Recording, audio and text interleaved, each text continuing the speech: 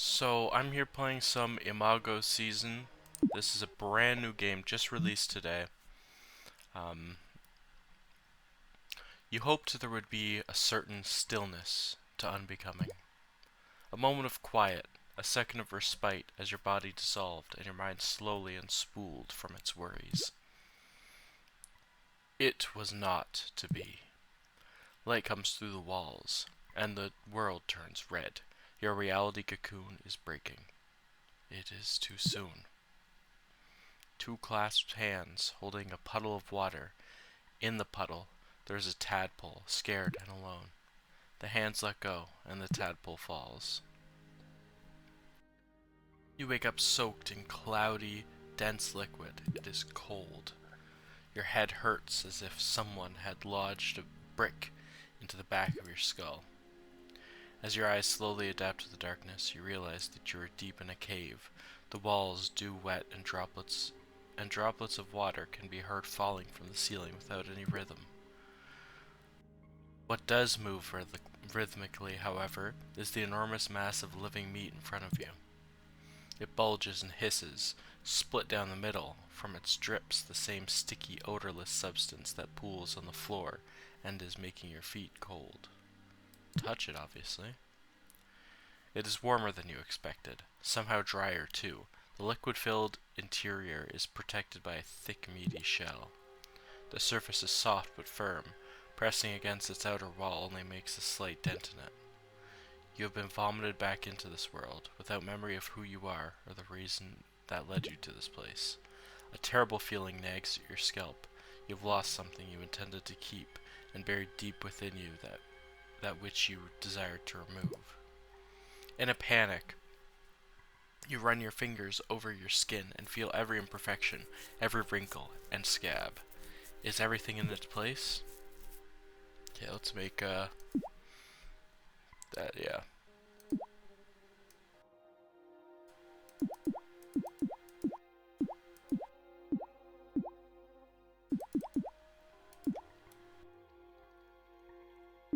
Let's see.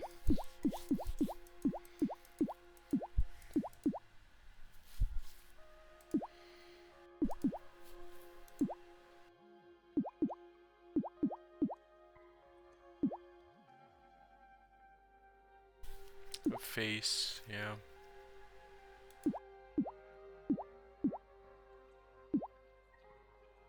We'll go with that one.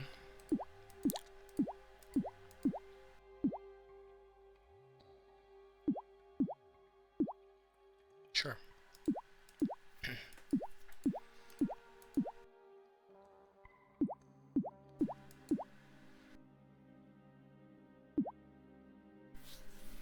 Now you remember the container, the limits of you, your walls against the world.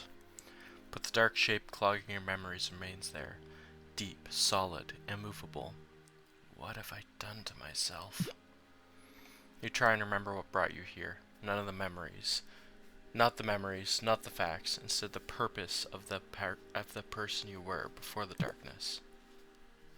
Choose an archetype. Escalating situation. Bloodlust dripping in their wide eyes. Adrenaline shooting into their veins. Get them right where you want them. Up the stakes. Kick them in the teeth. Let's see to what extremes they go. Diverting attention from yourself. You are just an unsuspecting passerby, an innocent bystander. Your words are blabbering and meaningless. Your movements erratic and unfocused. Bend their gaze elsewhere. Hide your winning hand in plain sight. Putting up with something. Being alive means finding yourself mired in a variety of situations, annoying, boring, painful, exhilarating situations. When the gears crush your bones and your spirit, just clench your teeth and keep going. A family heirloom. A young body. Time spent with loved ones. Everything and everyone is a trade, good and ready to be bartered to and fro. Good ready. Okay. If you have a gold tongue and a certain darkness behind your gaze. Ideas are like flies, endlessly fluttering about the dim light of your consciousness. Learn to navigate this dark cloud and sharpen your reflexes.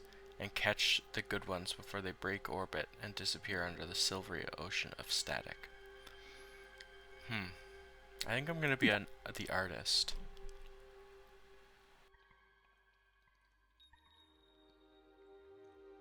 Yeah, let's read these. At the heart of the competition lies the secret desire. At the heart of competition lies the secret desire to be bested by your rival. You search for an equal to your finesse, to the sharp of your mind. Show the world how much you can push each other. You are small, powerless, unimportant. Your enemies are all-encompassing, omnipresent.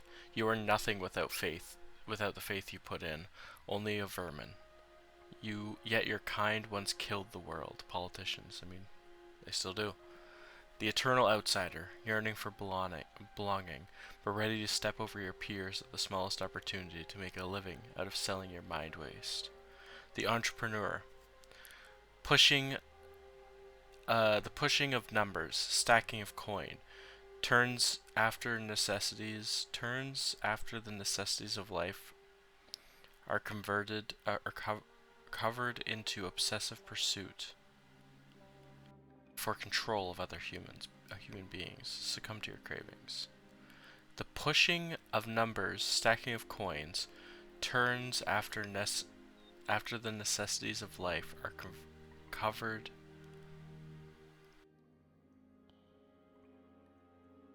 covered into obsessive pursuits. That's got to be a translation error, or maybe not a translation error, but just a writing error. I don't know, maybe. A life wasted in invisible work, is all to ultimately claw at the briefest hint of an insight that might be of use to someone 100 years from now. The greatest callings are futile.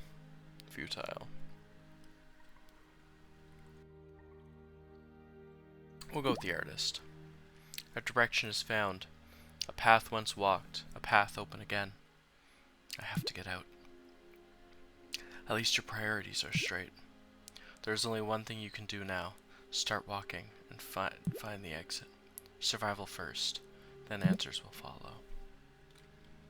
Basic clothes. Let's save the game. So there's my heart. Skills. Alright, threads. Million-year-old tomb. Ideas you can pull from. You have found yourself in a cave with no memories and a debilitating headache. 1 second.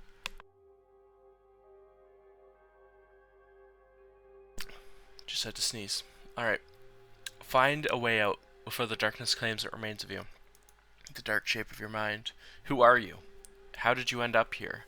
Have little to hold on to when you learn the answers. Will you like them? You will have little to hold on to when you learn the answers. Log. Okay. Cool.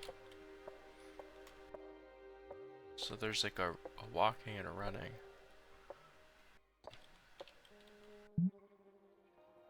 Letting your hands lead you through the tarred darkness, you reach a barred door, and it is old and corroded.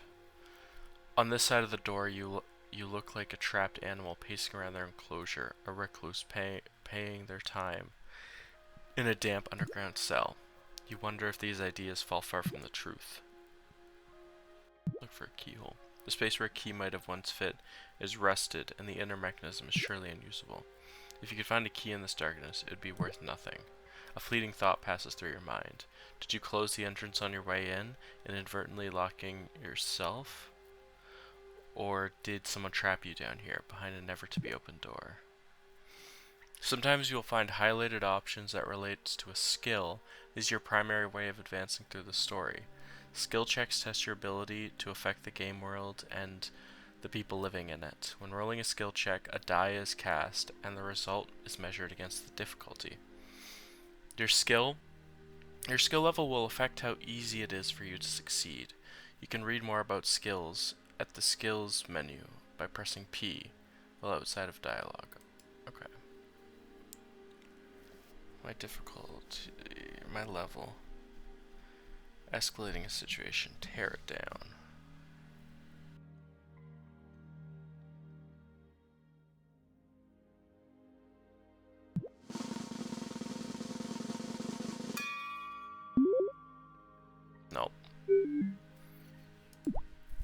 door persists in its obscenity. Your bare hands are not up to the task. Might be best to look for some tool that could help you in destroying this stubborn gate. Difficulty level, you will fail. Not all failures are necessarily bad, but most will hamper your advancement. In these cases, you should find another way to get to your objective. Many skill checks can be retried, but not instantly. You can retry a skill check by learning new information about a task, acquiring a relevant object, or leveling up the related skill. Skill checks that cannot be tried are highlighted in red. You will usually find these at critical story moments. Keep an eye out for them. Alright.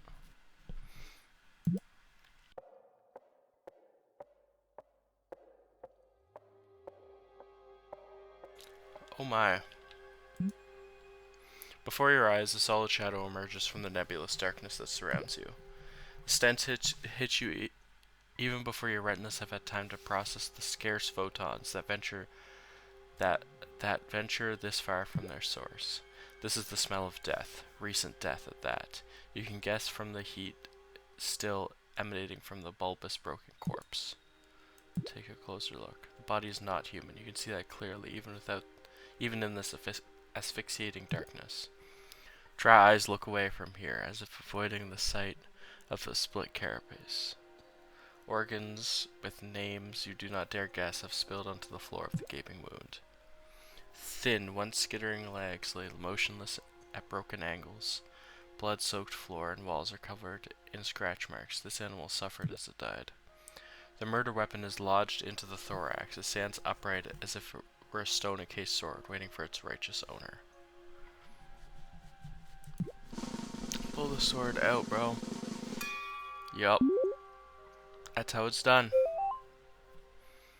You try and ignore the horrible smell that bubbles up from the corpse. The sword's hilt cold between your hands as you hold it.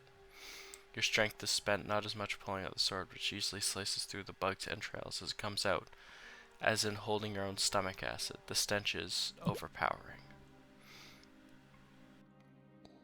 After an excruciatingly long second, the weapon is out. The polished blade sparkles quietly in the darkness as you turn it around. With the sword in your hand, you feel, I got a squid sword, okay. With the sword in your hand, you feel heavier, ever so slightly more connected to local reality. The feeling vanishes immediately after you take another look at the ruptured corpse. What a bad omen it is to wake up to this as a sight. You need to find an exit to this cave, ideally before you end up dead and bloated on the ground. You know what? It actually might have been me that killed this thing before I went into my hibernation. The door remains closed. You remain trapped. Tear it down. I have a sword. Alright, let's try it. Nice. Okay. In a burst of rage, gushing out as you feel your deepest fears, you hit the ancient door that locks you in darkness. The rusted bars crack and tumble to the floor in a cacophony of metallic ringing. When the last of them stops rolling, silence reigns over the cave again. Let's just get out of here. Leaving the door behind, you ready yourself for the challenge of that undoubtedly awaits in the outside world. Okay, what's this skill thing? It's my lungs. Oh, it's this thing. Okay. Cool. You just picked up an item. You can carry many different items that will help you in various ways. The world is full of different things that you can stuff in your pockets. Alright.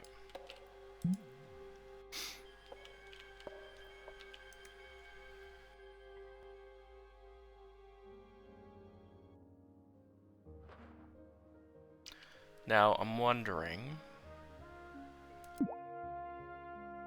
is there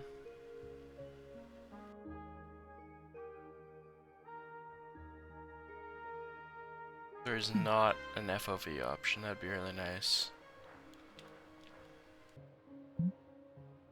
Two young people are receiving a scolding of their lives from a small, angry woman. Despite her stature, her mannerisms and tone command respect. This is the confidence that only real authority can provide.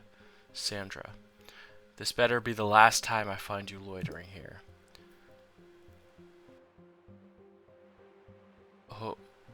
Jolito? Jolito? Jose? I don't know. What is it? Jose? Jose? Joselito? Joselito? I'm gonna say Joselito, and I don't care if it's right or wrong, but that's just what I'm going with. Joselito, you should be at school, not wasting your time with these undesirables. Santi. Hey, who are you calling undesirable? Jose. It is Jose. Okay, cool. So Lito must be like a suffix added to the name. Kind of like San or Chan in, Yes, okay, it is. Cool. Stop calling me Joselito. Joselito. I am an adult now. I can do whatever I want. Lito. Like little? Like kid? What? No, you're definitely not. You cannot bring yourself to care about their little argument. Even if it was the most high-end debate you had ever witnessed, you cannot hear a single word. Instead, you are fixated on the appearance of the trio. Something is very wrong with them. Insect-like appendages, fungal growths, dry, oddly colored eyes. You might have done some irreparable damage to your memory, but you're reasonably sure that humans do not look like this.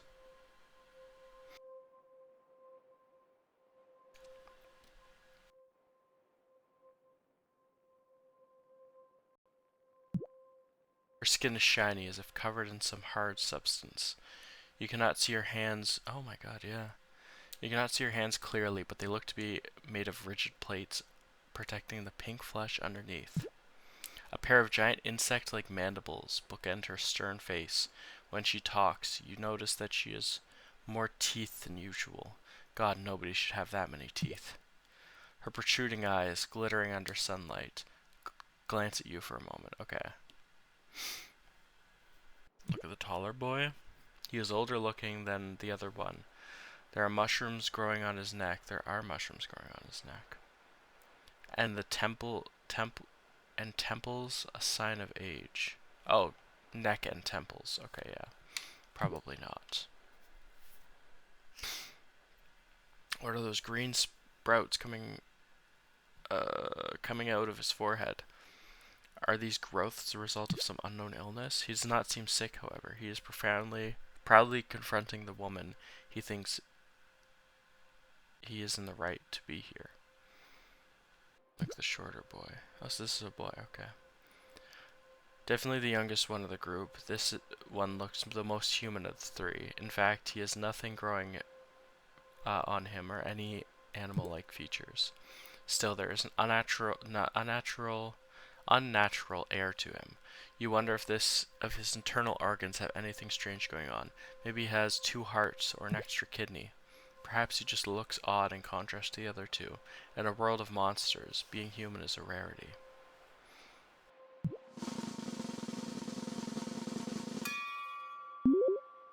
Cool. As soon as you take a step away from the group, the woman turns to you. And where do you think you're going? I saw you come out of that cave. This area is out of bounds. What are you doing here? Quick, say something. Anything your broken brain can input. I am a certified cave inspector. Really? It was so easy to not tell a blatant lie. Literally the easiest thing in the world. Cave inspector. What? Alright, go home, boys. I'll deal with you later. But, go home. Uh-oh, okay. So it's just me and Sandra. You wish they would stay. Now you're only going against this small, angry, hard-skinned woman. She picks up the metal baton that was hanging from her belt. She looks ready to hit you with it. I'll ask you one more time. Who are you and what are you doing here? I don't know. So you're not telling me? Alright.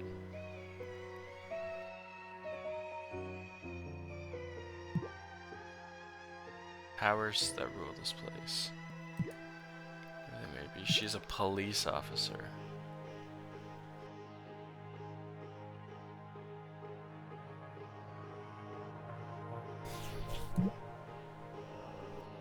Carefully, you put down the sword. She looks pleased, but does not let her guard down. She kicks the weapon away from you. 1 second.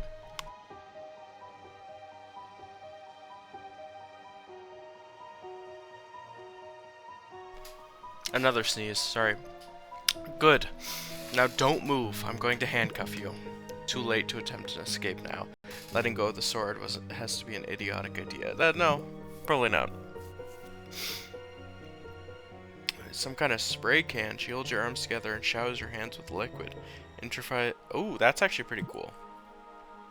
But I don't think handcuffs would be what they would be called. Thank you for your cooperation. Never before have you thought that words could feel like a knife put to your neck. I'm going to call the station. Let's see what they want to do with you.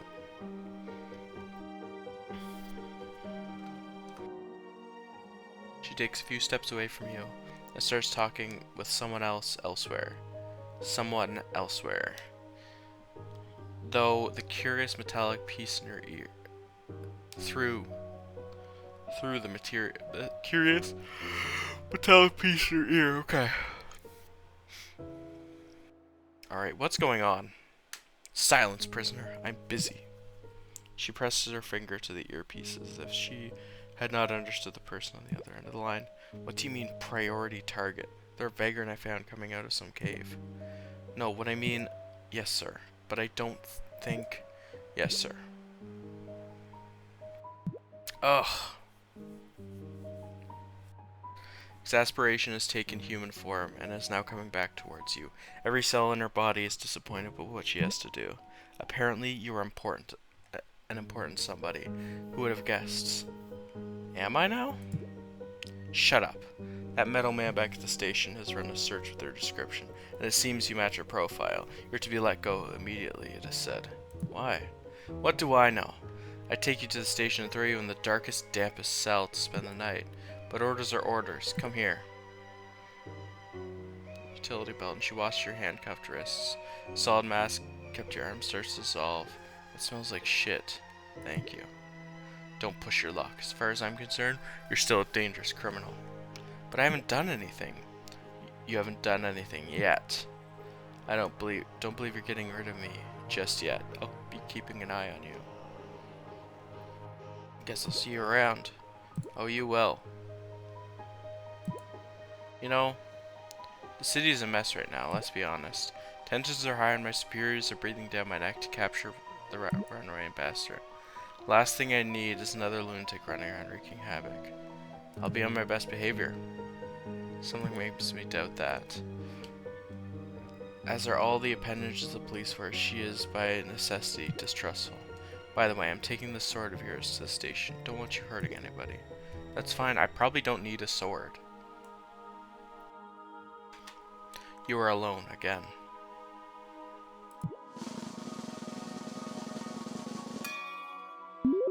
Cool. Success. Someone wants you free, wandering the city. Someone with power. Who is that? What do they want from you? You just know you're being watched by forces outside of your reach. Cards have been drawn, and you have a losing hand.